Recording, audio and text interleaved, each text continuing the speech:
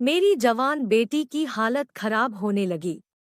वो कुछ बोलती नहीं थी और रात को जल्दी ही कमरे में घुसकर दरवाजा अंदर से बंद कर लेती थी। बेटी को पूछती तो वो कुछ ना बताती। फिर एक दिन मैं अपनी बेटी के कमरे में छुप गई। रात को जब उसने कुंडी लगाकर अपने कपड़े उतारे तो मेरे कदमों तले से जान निकल गई। वो तो सच्चाई जानने के लिए मैं रात के अंधेरे में आलिया के कमरे में छुप गई। मेरी बेटी आलिया किसी गुलाब की कली की तरह खिल रही थी कि अचानक ही वो मुरझाने लगी थी। आलिया जवानी की सीढ़ियां चढ़ रही थी और ऐसे में कोई भी माँ अपनी औलाद को लेकर बहुत ज्यादा फिक्रमंद रहती है। और जब मैंने आलिया का इस कदर बदला हुआ रवैया महसूस किया तो सच्चाई जानने के लिए मुझे ये कदम उठाना पड़ा। मुझे आलिया के कमरे में छुपे हुए कुछ ही देर गुजरी थी कि जब आलिया ने कमरे का दरवाजा बंद किया और कुंडी लगाने के बाद अपने कपड़े उतार दिए। उसके बाद आलिया ने अपने मोबाइल फोन को उठाया और जो मैंने देखा वो मेरी जान ही निकल दिए। मेरी जवान बेटी की हालत दिन ब दिन अजीब होती जा रही थी। ऐसा लगता था जैसे उसे किसी की नज़र लग गई हो। हर वक्त हंसने बोलने वाली मेरी आलिया बिल्कुल ही खामोश हो गई थी। मुझे समझ नहीं आ रहा था कि आलिया को आखिर हो क्या गया है जो वो ना बात करती है, ना ही ढंग से मेरी किसी बात का जवाब देती है। पहले मैंने सोचा कि क्यों ना उसे किसी पीर बाबा को दिखा दूं, लेकिन फिर अचानक मुझे एहसास हुआ कि वो बात नहीं है जो मैं समझ रही हूँ। बात कुछ और है। और जिस रात सच्चाई खुलकर मेरे सामने आई, मेरी जान निकल गई। मुझे तो अंदाजा ही नहीं था कि मेरी बेटी कब इतनी बड़ी हो गई कि मुझसे बातें छुपाने लगी। आलिया में अचानक ही बहुत बदलाव आया था। आलिया रात को जल्दी अपने कमरे में सोने के लिए चली जाती है और खुद को बंद कर लेती है, जबकि पहले वह कमरे का दरवाजा थोड़ा सा खोलकर ही सो जाया करती थी। हमारे घर में मेरे और उसके अलावा था ही कौन। हाँ, कुछ दिन पहले मैंने ऊपर वाली मंजिल के कमरे में एक किराएदार को रखा था, क्योंकि हमारा गुजर बसर मुश्किल से हो रहा था। वो एक बहुत अच्छा और नेक लड़का था। उसका आना जाना भी हमारे ही दरवाजे से था, क्योंकि घर में एक ही रास्ता था। लेकिन मुझे बहुत अच्छा लगा, इसलिए मुझे कभी उससे कोई परेशानी नहीं हुई। वो मुझे खाला कहता था और आलिया को अपनी छोटी बहन मानता था। लेकिन पिछले कुछ दिनों से आलिया को लेकर मैं बहुत ज्यादा परेशान हो चुकी थी। वो इस कदर खामोश हो गई थी कि मुझे समझ नहीं आता था कि उसे क्या हो गया है। पहले तो मैं जैसे ही फैक्ट्री से आती वो मेरे आगे बैठकर अपने दिन भर की दास्तां सुनाती। मेरे पीछे घर में एक पत्ता भी हिलता तो आलिया मुझे उसकी खबर जरूर देती। उसकी कोई सहेली नहीं थी। उसके लिए जो कुछ भी वो मैं उसकी माँ थी। लेकिन अब मैं जब भी घर आती तो आलिया का रवैया कुछ अलग सा लगता और खाना खाने के बाद वो जल्दी अपने कमरे में जाकर दरवाजा बंद करके सो जाती। उसके चेहरे पर मुझे अजीब सा खौफ महसूस होने लगा था। आलिया के पापा के इस दुनिया से चले जाने के बाद मैंने आलिया को अपनी पलकों पर बिठाकर रखा था और उसे कभी किसी चीज की कमी नहीं होने दी थी। मैंने उसकी हर ख्वाहिश को उसके मुंह से निकलते ही पूरा किया था। आलिया के पापा मरने से पहले मेरे नाम ये घर कर गए थे, जिसमें नीचे 2 कमरे और एक हाल था, जबकि ऊपर वाली मंजिल पर एक छोटा सा कमरा बना हुआ था। और अब मैंने पहली दफा उस कमरे को किराए पर चढ़ाया था। जिस लड़के को मैंने किराए पर रखा था वो किसी दूसरे शहर से यहाँ नौकरी की वजह से आया था और वो सुबह होते ही मेरे साथ ही घर से निकल जाता था और आलिया सारा दिन घर में अकेले ही होती। उसने पढ़ाई जल्द ही छोड़ दी थी। उसे पढ़ाई में कोई दिलचस्पी नहीं थी और उसके जिम्मे घर के कामकाज भी थे, क्योंकि मैंने तो आलिया के अब्बा के इंतकाल के बाद से ही एक फैक्ट्री में नौकरी कर ली थी। अखलाक को किराए पर रखते वक्त मुझे इस बात का सुकून था कि वो मेरे साथ ही नौकरी के लिए निकल जाता है और शाम ढलते ही वापस आता है। लेकिन अब फैक्ट्री की छुट्टी के बाद मैं जब घर आती तो कभी कभी वो मुझसे पहले आया होता। उसका नाम अखलाक था और उसे देखकर मुझे यकीन हो चला था कि उसका ताल्लुक किसी अच्छे खानदान से है। इसलिए मैंने भी उसे अपने घर में रख लिया था, क्योंकि मुझे पैसों की जरूरत थी। आलिया जवान हो रही थी, वो 16 साल की उम्र में ही बहुत बड़ी लगने लगी थी, इसलिए मैं जल्दी ही उसकी शादी करना चाहती थी। उसके पापा के मरने के बाद मैंने अकेली ही घर और उसकी जिम्मेदारी उठाई थी और उसे किसी सौतेले बाप के साए में पलने नहीं दिया था। लेकिन पहली ही नज़र में हम किसी के बारे में ये बात तो नहीं जान सकते। शायद मुझे भी अखलाक को जानने में कोई गलती हो गई थी। कभी कभी जैसे कोई दिखाई देता है, वो वैसा होता नहीं है। और अब मुझे रह रहकर यह एहसास हो रहा था। फैक्ट्री से जो तनख्वाह मुझे मिलती उससे मैं घर का खर्चा चलाती। वो पैसे महीने भर में खत्म हो जाते हैं। आलिया की शादी के लिए मुझे और पैसों की जरूरत थी और इसलिए मैंने अखलाक को एक अच्छी रकम पर ऊपर वाला कमरा किराए पर दिया था, ताकि मैं जल्द से जल्द आलिया की शादी के लिए पैसे जोड़ सकूं। अभी कोई अच्छा सा रिश्ता देखकर उसकी जिम्मेदारी से मुक्त हो जाऊं। लेकिन आलिया की पीली पड़ती रंग और चेहरे के खौफ ने मुझे अजीब सी बेचैनी में डाल दिया था। मैंने कई दफा आलिया से पूछा कि कोई तकलीफ है तो बताओ, लेकिन आलिया ने एक लफ्ज भी नहीं कहा और खामोश रही। वो मेरी बेटी थी जिसे अगर धक्का भी लगता तो वह घंटों मेरे आगे रोती, क्योंकि मैंने उसे बहुत लाड से पहला था। लेकिन अचानक ही उसमें इतनी ज्यादा तब्दीली आई थी कि मैं खुद परेशान हो गई थी। आलिया मुझसे कोई बहुत बड़ी बात छुपा रही है और यही बात जानने के लिए आज मैंने फैक्ट्री से छुट्टी कर ली थी। अभी मैं हाल में बैठे सोच रही थी कि मैं किस तरह से आलिया से मालूम करूं, तभी मैंने अखलाक को घर में दाखिल होते देखा। उसके चेहरे पर मुस्कुराहट फैली हुई थी। आते ही उसने मुझे सलाम करके सितारा की तरफ देखा। उसे दिन में घर पर देखकर मैं हैरान हुई, क्योंकि उसकी नौकरी तो शाम तक की थी और अभी तो दिन के 12 बजे थे। और यह सोचकर मुझे परेशानी हुई कि क्या वो अक्सर ऐसे ही दिन में घर लौट आया करता था। अखलाक मेरे साथ बैठ गया और उसे देखकर आलिया जल्दी से किचन में चली गई। लेकिन अखलाक की नजरें उसी की तलाश में थी और वह मुझसे बात करते हुए बार बार किचन के दरवाजे की तरफ देख रहा था। मैंने अखलाक से पूछा कि नौकरी कैसे जा रही है। तब उसने बताया कि फिलहाल वह नौकरी की तलाश में है और जल्द ही उसे नौकरी मिल जाएगी। उसकी बात सुनकर मैं चौंक उठी, क्योंकि वो तो एक बड़ी कंपनी में नौकरी करता था। फिर वो नौकरी की क्यों तलाश कर रहा था? वो कहने लगा कि खाला 15 दिन पहले ही मेरी नौकरी खत्म हो गई है और अब मैं नई नौकरी की तलाश में हूँ। वो बता रहा था कि वो रोज ही कुछ घंटे नौकरी की तलाश में सड़कों पर घूमता है। लेकिन आज के दौर में नौकरी की तलाश इतना आसान नहीं है। वो तो और कुछ भी बहुत कह रहा था, लेकिन मेरा दिमाग एक ही बात पर अटक गया था कि पिछले 15 दिन से दिन के वक्त भी घर में वो मौजूद रहता था और आलिया ने इस बात का जिक्र तक नहीं किया। मेरे दिल में अजीब अजीब ख्यालात आने लगे। आलिया की रोज रोज बिगड़ती हुई हालत और अखलाक की नजरें मुझे किसी अनहोनी का पता दे रही थी, और जो कुछ मेरे दिमाग में चल रहा था मैं वो बयान नहीं कर सकती थी। दोपहर के खाने के बाद मैंने बातों बातों में आलिया से अखलाक के बारे में सवाल किए तो वह चौंक कर मुझे देखने लगी।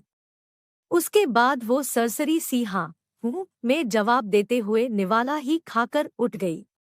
मैंने आलिया को आवाज देकर कहा कि आज तो तुम्हारी पसंद का खाना बना है, फिर क्यों इतनी जल्दी खाकर उठ गई हो? आलिया पलट के मेरी तरफ देखकर मुस्कुराई। कहने लगी, अम्मा गर्मी इतनी है कि कुछ खाने को जी नहीं चाहता। आलिया की ये बात मुझे बहुत परेशान कर गई, क्योंकि आलिया को हमेशा से ही गर्मियां पसंद थी। सर्दी तो उससे बर्दाश्त नहीं होती थी। बहुत सारे कपड़े पहनने के बावजूद भी वो कांपती रहती थी। सारी सर्दी उसे लगातार खांसी होती और वो फ्लू से परेशान रहती। आज वही आलिया गर्मी से परेशान थी। जब वह सोने के लिए अपने कमरे में जाने लगी तो मैंने कहा कि बेटी कमरे का दरवाज़ा खुला रखकर सोना, गर्मी बहुत है। वो कहने लगी, अम्मा मुझे बंद दरवाजे में ही नींद आती है। अगर मैं दरवाज़ा खोलकर सो जाती हूँ तो बार बार आँख खुलती है। मैंने एक गहरी नज़र आलिया पर डाली जो सर से पाँव तक बदली हुई महसूस हो रही थी।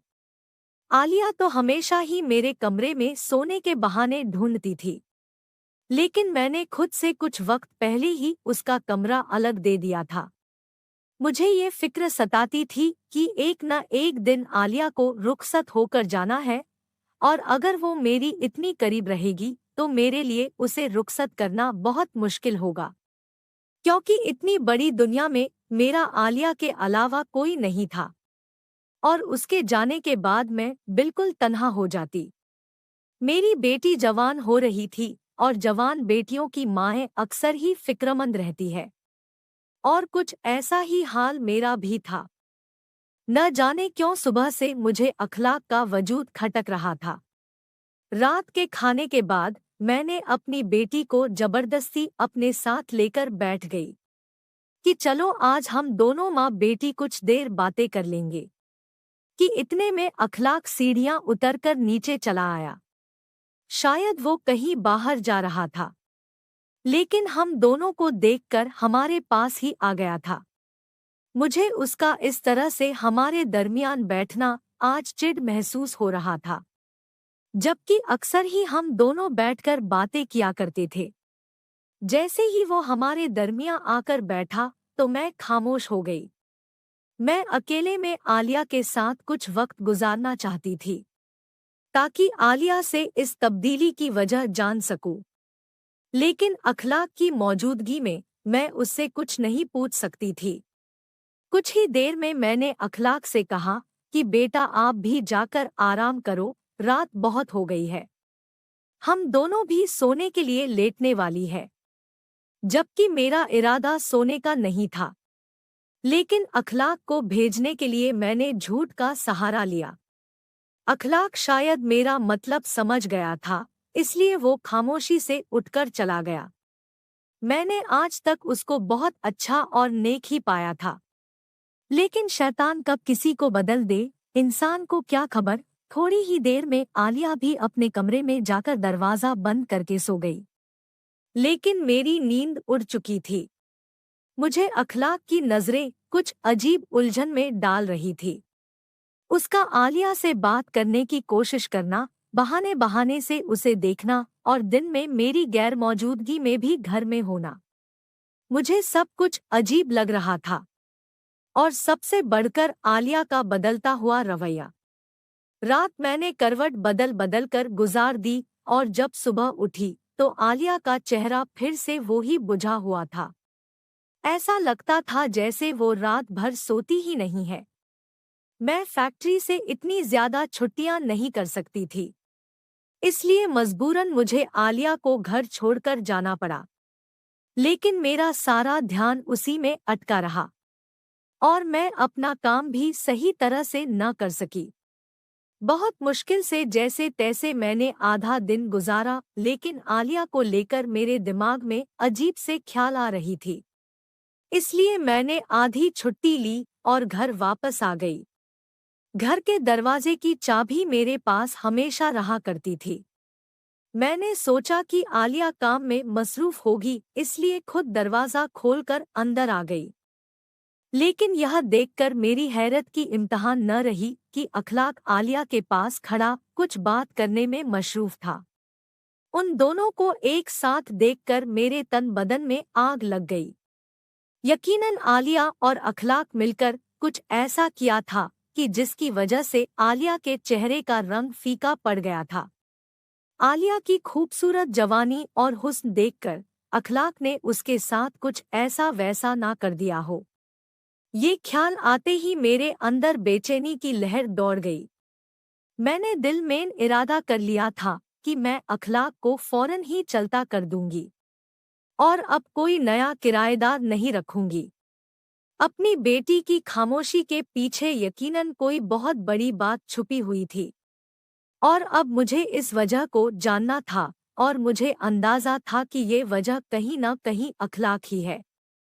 क्योंकि अखलाक के इस घर में आने से पहले आलिया एक आम जिंदगी गुजार रही थी। वो यहाँ से वहाँ उछल कूद करती और हंसती मुस्कुराती रहती थी। रात जैसे ही आलिया अपने कमरे में सोने के लिए जाने लगी तो मैंने उससे कहा कि मैं सोने के लिए अपने कमरे में जा रही हूँ आलिया। तुम एक बार घर के दरवाजे को अच्छी तरह चेक करके आओ। और मैं खुद भागकर उसके कमरे में जाकर छुप गई। आलिया शायद यह समझ रही थी कि मैं अपने कमरे में चली गई हूँ, इसलिए वो अपने कमरे में दाखिल हुई और उसने फौरन ही दरवाजे को कुंडी लगा दी। मुझे समझ नहीं आ रहा था कि घर में सिर्फ हम दोनों माँ बेटी ही मौजूद है। ऐसे में उसे कमरे के दरवाजे की कुंडी लगाने की क्या जरूरत आ गई। उसके बाद जैसे ही उसने कपड़े उतारे तो मेरी जान निकल गई, क्योंकि न जाने सितारा कपड़े क्यों उतार रही थी। कहीं अखलाक कमरे में तो नहीं है। मुझे लग रहा था कि मेरी जवान बेटी किसी गलत चक्कर में पड़ गई है और मेरी गैर मौजूदगी में उसने कुछ ऐसा कर दिया है जिससे मुझे शर्मिंदगी का सामना करना पड़ेगा। मैंने जल्दी से सारे कमरे में नजर दौड़ाई, लेकिन मुझे कोई नजर नहीं आया। आलिया ने अपने पलंग पर पड़ा हुआ मोबाइल फोन उठाया तो मुझे लगा कि मेरे कदमों तले से जमीन निकल जाएगी, लेकिन आलिया ने अपने फोन का टॉर्च जलाया। कमरे में अंधेरा था और वो शायद कमरे की बत्ती नहीं जलाना चाहती थी। उसके बाद सितारा ने मोबाइल की टॉर्च के रोशनी में अपनी अलमारी में से एक गोल से डिबिया निकाली और उसमें मौजूद क्रीम अपने जिस्म पर मलने लगी। बहुत गौर करने पर मैंने देखा कि उसके जिस्म पर जगह जगह छोटे छोटे सुर्ख छत्ते बने हुए थे, जिन पर वो आहिस्ता से क्रीम लगा रही थी। अंधेरे की वजह से मुझे बिल्कुल सही से तो नहीं दिखाई दे रहा था, लेकिन मैं जान गई थी कि आलिया को कोई बीमारी हुई है और आलिया को शायद इन छत्तों में बहुत तकलीफ है, क्योंकि क्रीम लगाते हुए उसकी आंखों से आंसू बह रहे थे। उसकी तकलीफ देखकर मैं तड़प उठी। आलिया ना जाने मुझसे कब से ये बात छुपा रही थी और जाने उसे कौन सी बीमारी हो गई थी जिसकी वजह से वो इस कदर तकलीफ में थी। मैं जो अखलाक को लेकर गलतफहमी का शिकार हो चुकी थी। मैंने एक दफा बिना सोचा कि शायद से आलिया को कोई तकलीफ हो, मैं अचानक ही पर्दे के पीछे से निकलकर आलिया के सामने आई तो वो मुझे देखते ही परेशान हो गई और अपने कपड़े पहनने लगी। मैंने उसका हाथ पकड़कर रोक लिया और कहा कि मुझे दिखाओ यह तुम्हें क्या हो रहा है। मैं एकदम ही रोने लगी। वो कहने लगी, अम्मा मैं आपको ये बात बताना नहीं चाहती थी, लेकिन कुछ दिनों से मैं इस बीमारी में परेशान हूँ। मेरे पूरे जिस्म में बहुत तकलीफ है और जगह जगह सुर्ख रंग के छत्ते बन गए हैं। पहले मैंने सोचा था कि बाद में आपको बता दूं, लेकिन फिर मुझे समझ आया कि आप मेरी बीमारी को लेकर बहुत ज्यादा परेशान हो जाएंगी, तो हमारे पास इतने पैसे भी नहीं कि हम किसी अच्छे डॉक्टर को दिखा सकते। मैं आपको परेशान नहीं करना चाहती थी, इसलिए मैंने आपसे ये बात छुपाई। लेकिन एक दिन जब अखलाक भाई सीढ़ियां उतर रहे थे तो उनकी नज़र मेरे हाथ पर पड़ी और देखते ही पूछने लगे कि आलिया ये क्या हो रहा है तुम्हें। मजबूरन मैंने उन्हें सब बता दिया कि मुझे इस तरह की कोई बीमारी हो रही है, लेकिन मैंने ये बात अम्मा को नहीं बताई है। तो वो कहने लगे कि मेरी अम्मा को भी ये बीमारी हो जाती है और कोई ऐसी बड़ी बात नहीं है। मैं तुम्हें इसकी दवा ला देता हूँ। तुम्हें 1 महीने के अंदर अंदर आराम आ जाएगा। आप सारा दिन फैक्ट्री में काम करती है और मैं ये नहीं चाहती थी कि आप मेरे ही बारे में सोचती रहे और परेशान रहे। इसलिए मैंने ये बात आपसे छुपा ली। मैं सारी सारी रात सो नहीं पाती हूँ और तकलीफ से जागती रहती हूँ। पहले तो इससे कहीं ज्यादा तकलीफ होती थी, लेकिन जब से मैंने अखलाक भाई का दिया हुआ मरहम लगाना शुरू किया है, इस तकलीफ में थोड़ी कमी आ गई है। मैं अखलाक को इस कदर गलत समझ रही थी, वो तो मेरी बेटी का मसीहा निकला। मैंने आलिया को डांटकर कहा कि आइंदा मुझसे कोई बात नहीं छुपाना, क्योंकि पिछले 2 दिन से मैं तुम्हें लेकर बहुत परेशान रही हूँ। वो कहने लगी, अम्मा अब मैं बड़ी हो रही हूँ और मुझे एहसास है कि आपने मेरी खातिर कितनी कुर्बानियाँ दी हैं। पापा के मरने के बाद आपने दूसरी शादी नहीं की क्योंकि आप मुझे सौतेले बाप के साये में नहीं देखना चाहती थी। मेरी खातिर आप हमेशा अपनी ख्वाहिशों को कुर्बान करती रही और अपनी ज़रूरतों को मार मार कर मेरी ख्वाहिशों को पूरा करती रही। मैं जानती हूँ कि आपने अखलाक भाई को भी इसीलिए किराए पर रखा है, ना कि आप मेरी शादी के लिए पैसे जोड़ सकें। इसलिए मैं आपको ज्यादा परेशान नहीं करना चाहती थी। आलिया की बात सुनकर मैंने उसे गले से लगा लिया।